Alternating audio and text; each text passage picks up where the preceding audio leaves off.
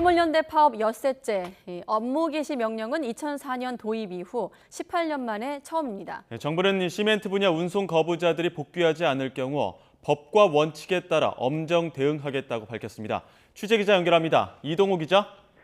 예, 경제부입니다. 네, 정부가 물류 분야에서 사상 처음으로 업무 개시 명령을 발동한 거죠? 예, 그렇습니다. 정부가 지난 2004년 화물자동차 운수사업법에 도입한 업무 개시 명령을 실제로 발동한 건 이번이 처음인데요. 국토교통부는 화물연대의 집단 운송 거부로 피해가 커진 만큼 물류 정상화 조치가 시급하다고 실행 배경을 설명했습니다. 업무 개시 명령 대상자는 시멘트업 운수종사자 2,500명이고 관련 운수사는 201곳입니다. 시멘트업 운송 거부자에게는 업무 개시 명령이 송달됩니다. 명령을 송달받은 운송사업자나 운수종사자는 명령서를 송달받은 다음 날 24시까지 집단 운송 거부를 철회하고 운송 업무에 복귀하도록 법은 규정하고 있습니다. 정당한 사유 없이 복귀 의무를 불이행하면 운행 정지나 자격 정지 등 행정 처분과 함께 3년 이하의 징역 또는 3천만 원 이하의 벌금 등 형사 처벌을 받게 됩니다.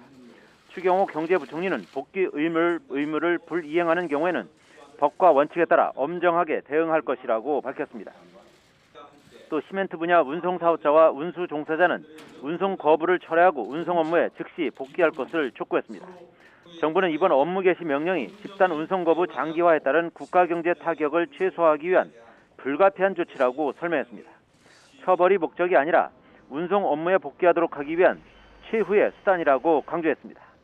내일 2차 교섭을 앞두고 있는 상황에서 업무 개시 명령이 발동된 만큼 이번 조치가 협상에 큰 변수로 작용할 것으로 예상됩니다.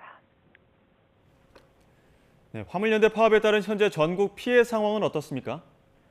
예, 무기한 집단 운송 거부가 엿새째로 접어들면서 항만 물동량이 급감하고 있습니다. 어제 오후 5시 기준 전국 12개 항만 컨테이너 반출입량은 평상시 대비 33% 수준으로 급감했습니다.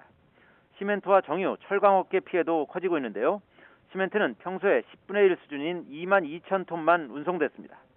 시멘트 운송량이 급감하면서 레미콘도 평시 대비 15%만 생산되고 있습니다.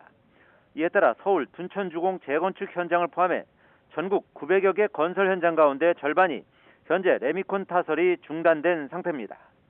정유업계는 비축해둔 재고 물량이 대부분 바닥나는 이번 주 후반부터 일선 주유소에서 공급 차질이 본격적으로 발생할 수 있다고 우려하고 있습니다.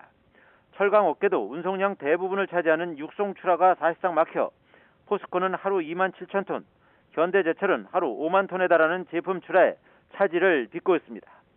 국토교통부는 화물연대 조합원 7천여 명, 전체의 32% 정도가 집단 운송 거부에 참여하고 있다고 추산했습니다. 정부는 위기 대응 발령 단계를 심각으로 격상하고 범정부 차원의 중앙재난안전대책본부를 구성해 대응하고 있습니다. 화물연대 노조와의 협상 타결이 늦어진다면 산업계 전반에 미치는 피해는 더욱 커질 것으로 예상됩니다. 지금까지 경제부에서 YTN 이동호입니다.